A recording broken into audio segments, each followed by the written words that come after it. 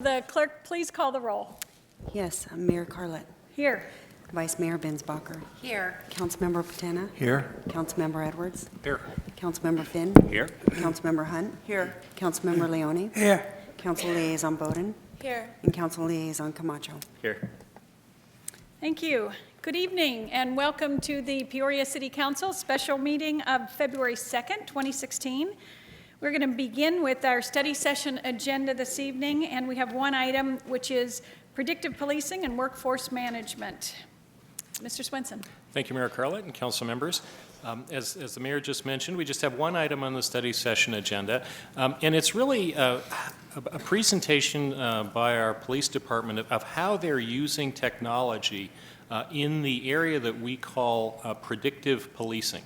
And it's an application of a variety of different measures to enable our police department to stay in front of crime. You all know that we have a department that has been using technology really at the forefront of policing and implementing technology in a way to improve our response to crime and our prevention of crime.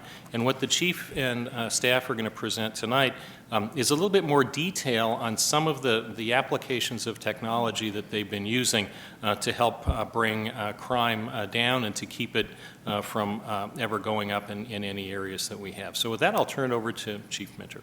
Chief. All right. Thank you, Mr. Swenson. Good afternoon, Mayor and Council. With me is Lieutenant Bob Pottinger. Lieutenant Bob Pottinger and I will discuss our new predictive policing program. Lieutenant Pottinger has been assigned as the project manager for this program, and he's done an outstanding job of getting this program up and running. The ability to anticipate and predict crime represents a paradigm shift for law enforcement. The opportunity to enter the decision cycle of our adversaries affords unique opportunities for prevention and information-based response, ideally preventing crime.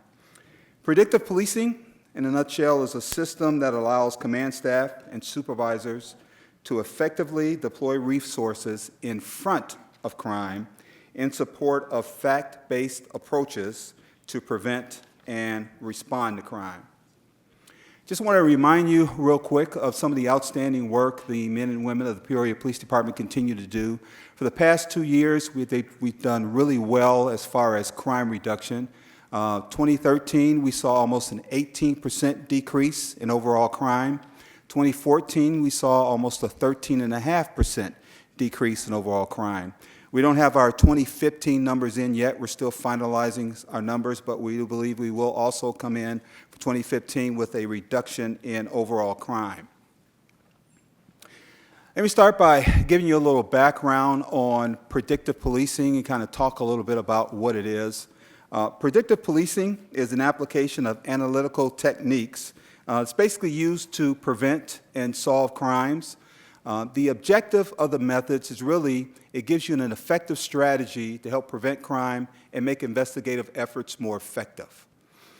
Predictive policing also allows officers to work more proactively with limited resources, but we want to make sure that people understand it's not the equivalent of finding a crystal ball.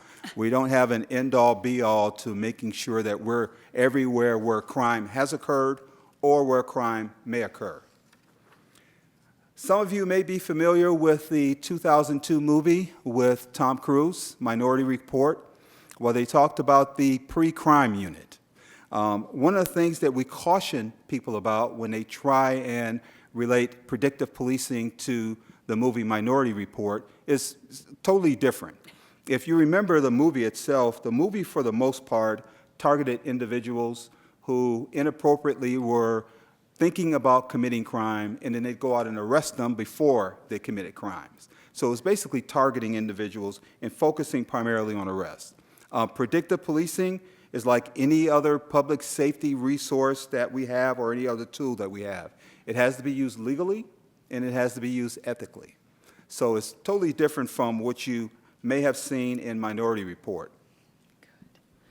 Like I said, a couple of things that are very different from the movie is it's not individual based. We're not putting officers in a specific area. We're not putting information into the analytical portion of the program to say, go look for this specific person. It's not arrest-based. We're not putting them in a certain area to make arrest. It's more of a preventive tool. And because of that, it should eliminate biases because arrests are not used. It builds on our hotspots. From time to time, we see areas come up where we need to pay a little closer attention to, but it helps us to stay ahead of the game before those areas pop up as hotspots. It gives us better long-term strategic analysis when we're looking at where we need to deploy resources on a regular basis. But it also reduces the tendency for us to chase the dots. And by chasing the dots, I mean by doing crime maps, where we have dots in each area where crimes have occurred. Instead of us being reactive and having officers respond to those areas after crimes have occurred, this kind of keeps us from having to chase the crime map, dots. It offers more specificity in time and space. It also leverages on existing real-time data, and Lieutenant Pottinger will go into that a little bit more, but also uses date, time, place, and the type of crime for the information that we use as part of our deployment strategy.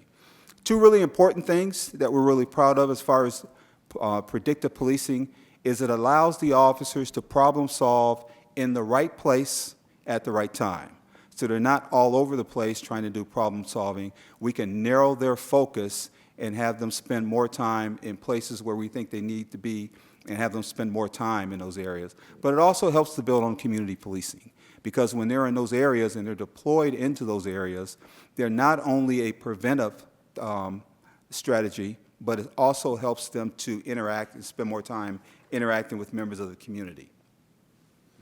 What you'll hear about this afternoon is our vendor that we use for our predictive policing program, which is HunchLab.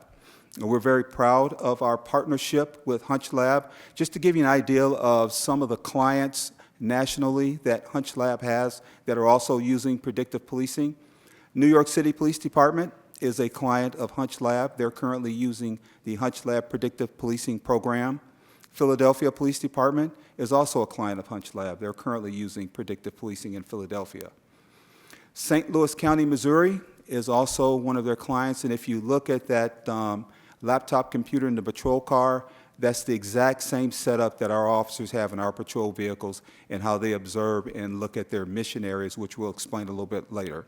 And then Miami, Florida is also one of HunchLab's clients. Some additional clients that HunchLab has are Toledo, Ohio, Greensboro, North Carolina, Newcastle, Delaware, Lincoln, Nebraska, and Tacoma, Washington. One of the things that we've heard from several of these agencies, let me go back for a second. One of the things we've heard from several of these agencies as far as their use of HunchLab is they're telling us that they've noticed things such as a 50% reduction in crime in the areas where officers have been deployed as part of their mission areas for predictive policing. Now, they also are telling us that they've seen a decrease in calls for service, and also that it provides more time for more proactive activity in those areas, which basically means officers have a lot more time to spend in those areas doing community-related policing activities and citywide doing more community policing activities. Kind of what HunchLab does is it uses several different factors. It calculates and kind of determines the risk of specific crimes occurring at a particular location within a specific time frame. The other thing it does is it's focused on crimes that proactive patrolling can assist with and can be more effective in preventing. Basically, it tells you where you need to be, and you need to spend more time in that area, and you need to patrol a certain portion of that area. And then the other thing it does is it more effectively allows us to deploy our officers, thereby maximizing the impact of those patrols on potential crime. And what I'm going to have Lieutenant Pottinger do is go into specifics regarding how we're using the program, the information that we feed into the HunchLab system, and how that works into our daily deployment strategies and our community policing and predictive policing strategies. Lieutenant Pottinger? Thank you, Chief. You see here, oh, not yet. There we go. Here's a list of some of the data fields that can be fed into the system. There's many more. And the way it works, These data sources are all fed in automatically, which is a really good thing because we don't have to designate or dedicate personnel to that function. We've taken 5 years of past crime data and then up to the minute. This process occurs 3 times a day, just prior to the start of each patrol shift. HunchLab displays on a map of the city locations of highest risk of crime. So it takes into consider all these things and the highest areas of risk compared to other areas. And it puts these, what we call missions, and they're a box 250 meters square. I have a picture, I'll jump to it. This is what a mission looks like on our map. That particular one is for commercial burglary. That's a past example.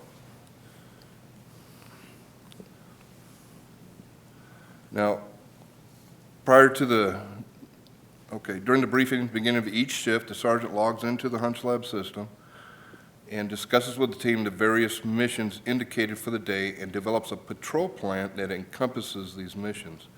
Now, these missions are part of a more comprehensive patrol plan that includes other strategies. So this does not replace any aspects of good community policing strategies that we've used, but augments those, adding another layer, so to speak. Information and strategies are communicated between shifts, as the patrol plan that day may span into other shifts. Let's see. Now, typically, officers will visit a mission area at various times throughout the shift, making a visible presence and looking for suspicious activity and persons. Depending on time of day, officers may spend time contacting citizens or employees at stores, businesses within the mission to get to know them and see how things are going, provide crime prevention tips as all part of their visibility. Now, the HunchLab program provides us with a method of deployment more logical than just random patrolling, like the chief said, allowing us to better utilize our limited resources. In fact, a study by one police department found the officers patrolling HunchLab missions versus random patrolling had a more favorable impact in reducing crime. There's the picture we had of one of the missions. Oh, I jumped ahead. And if you want to go over and kind of educate council on what area that is, Lieutenant Pottinger, because I can tell it looks familiar to several of you. Yeah, that particular area is 83rd Avenue and Thunderbird. And so this is from one of the night shifts. And so they'll go into that area at night and start looking at buildings, checking the buildings, looking for suspicious vehicles and so forth that might be in the area to commit a commercial burglary, because it is one of the high-risk areas. And they'll span into some of the surrounding areas while they're in there, of course.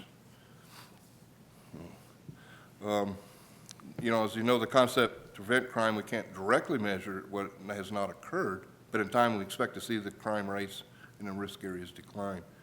And so right now we're still in the early stage of implementation, fine-tuning the system to our needs and learning to adapt our patrol methods to fully utilize the system's potential. We have had some direct successes where officers have gone into a mission area and actually interrupted a crime in progress, and were able to make an arrest and recover property belonging to the victims.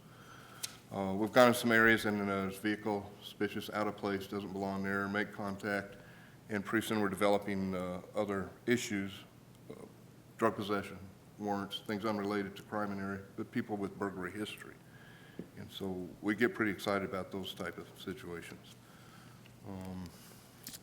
We're also, sometimes maybe there's nothing there, but we're getting to identify the person so we have their information. And what else? I went through that a little bit quicker than I planned. Okay. Mayor and council, one of the things that we realize in the law enforcement profession is predictive analysis has been done for quite some time in the private sector. Two of the examples that we looked at is Walmart and Amazon. They've been doing predictive analysis for quite some time to assess customer demands in certain areas. One of the things that Walmart points out is anytime they have a situation where they know there's going to be bad weather in an area, whether that's a severe thunderstorm or a tornado, they automatically ship 3 things over to that area. It's duct tape, bottled water, and you may find this hard to believe, but Pop-Tarts. And they send those 3 things to those stores in that area because they know people are going to need the duct tape, they know they're going to need bottled water, and Pop-Tarts are great to eat. You can eat them cold, you can feed them to the kids, and they flood the area with those types of things. So it's a great example of how the private sector has been using predictive analysis for quite some time. Amazon is another one. If you ever purchased anything on Amazon, you'll see a little box down at the bottom that states that customers who purchased this also bought this. And they do a great job of predicting that if you purchase this item, more than likely you're probably going to want to purchase this item, because the majority of people who purchased item A also purchased item B, C, or D. So the private sector has been using predictive analysis for quite some time. Like I said, it's fairly new for law enforcement. It's a paradigm shift for us, but it's something that we believe is showing tremendous promise in the law enforcement arena. Predictive policing is used effectively. Predictive policing can, has, and will change public safety outcomes. Right now, we are the only agency that we're aware of in the East or the West Valley that actually is using a predictive policing program. I know that there are a couple of agencies out there that are looking at predictive policing, but we felt it was a great opportunity, and with the support of mayor and council, we were able to get funding for us to move forward with our predictive policing program, so we aggressively moved forward with putting ours in place. We feel that predictive policing has become an important part of the overall crime reduction strategy of our department, which includes, of course, community policing, our data-driven approach to crime, traffic, and quality of life, and then the technology component, where we continue to use technology efficiently and effectively. We believe that our predictive policing program is another example of our strong commitment to community-oriented policing, our data-driven approach, and also our firm commitment to technology. Chief, can you explain to me the difference between data-driven policing and predictive policing? Okay. Good question, Mayor. And when you're using data-driven policing, you're using data that basically you use that's a lot of times is data from past crimes that have occurred. When you're looking at predictive policing, it takes all the information in and it gives you kind of an idea of where crimes may occur. So instead of playing catch-up, you're being more proactive and instead of being reactive. Okay, so it's taking the historical data and then using it to say what could, or what's probable for the future. Correct. Okay, interesting. Council, do you have any questions? Yes, Councilmember Finn. Thank you. This is fascinating to me. So I think you called them missionaries, is that correct? Correct. Okay, so the missionary that you showed on there at 83rd Avenue in Thunderbird obviously isn't there, I wouldn't think, all the time, right? So how often would a missionary pop up and then come back off the screen, and what would be some of the things that would drive that to pop up? Wasn't there yesterday, but all of a sudden it's on there this evening. What drives that? It takes into consideration time of day, day of week. Other events are going on in the area. Data that's included is various geographic locations, special events, and then it'll take current, like the last 72 hours, right up to the minute. And so if something's, a frequency is beginning to occur, then it's going to go look at all that, and that might add to it and create that box one night. It might not be the next night. It might be down the road a little ways. And if I may add a little bit, Mayor and Council and Councilmember Finn, it may look at the data and say, on a Tuesday, when it's raining, if you don't have a special event, past data has indicated that vehicle burglaries or robberies have occurred in this area during this specific time. So it kind of breaks all that data down for you and then gives you a firm deployment strategy that you can use to put officers in that area and kind of keep an eye out for the possibility of that specific type of crime occurring. Of course, the priorities change from day to day. Wednesday may be one priority, Tuesday may be another priority. It all depends on the analytics that are put in for those particular crimes. Okay, thank you.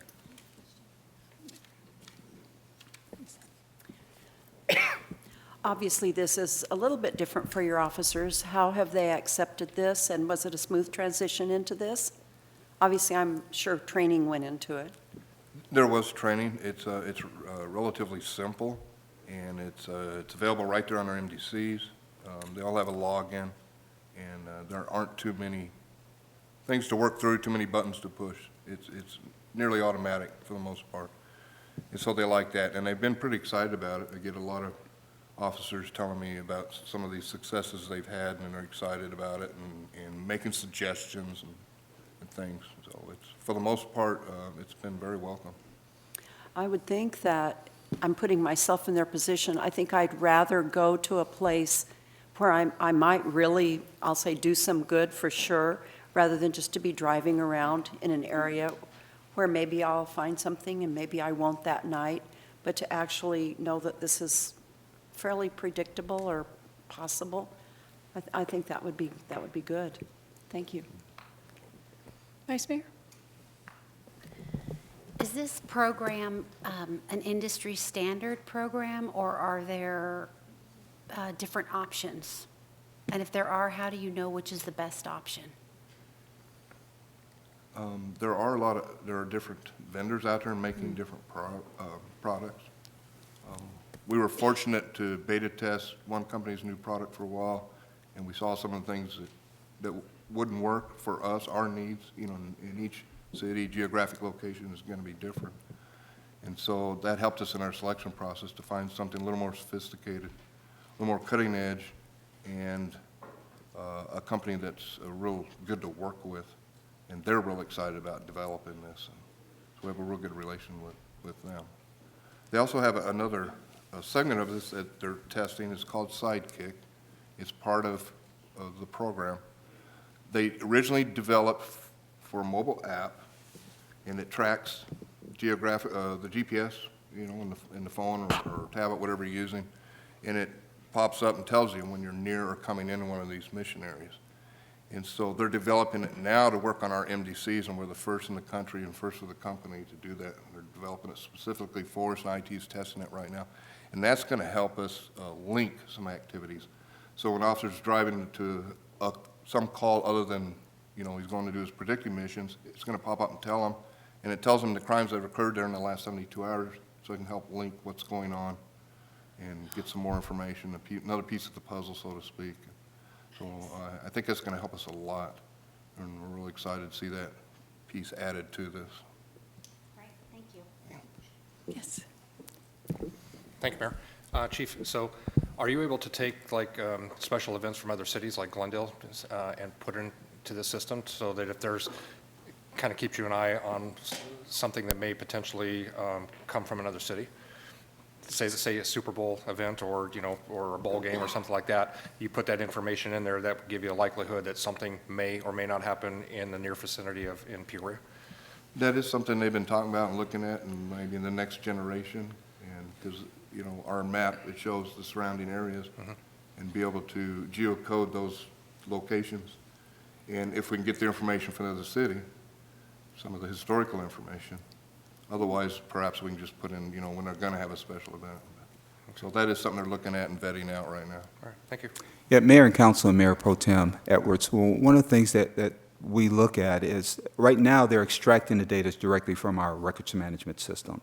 So any other data that we need, that we'd want them to use as part of their analysis, we'd have to feed that information into the system. Chief, would you mind going back to the slide that shows the crime stats?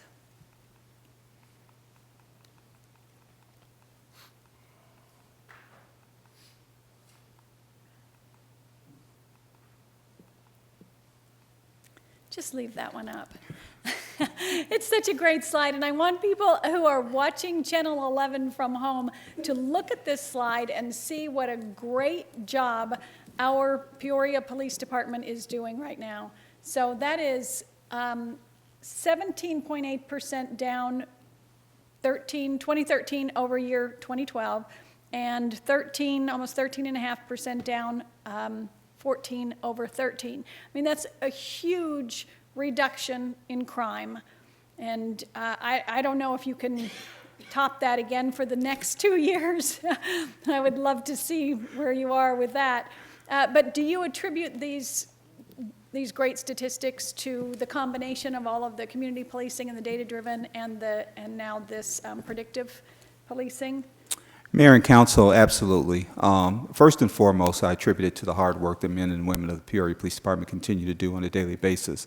Also, with the great partnerships that we have with members of our community and the business community, but also, first and foremost, the tremendous amount of support that we have and continue to get from mayor and council.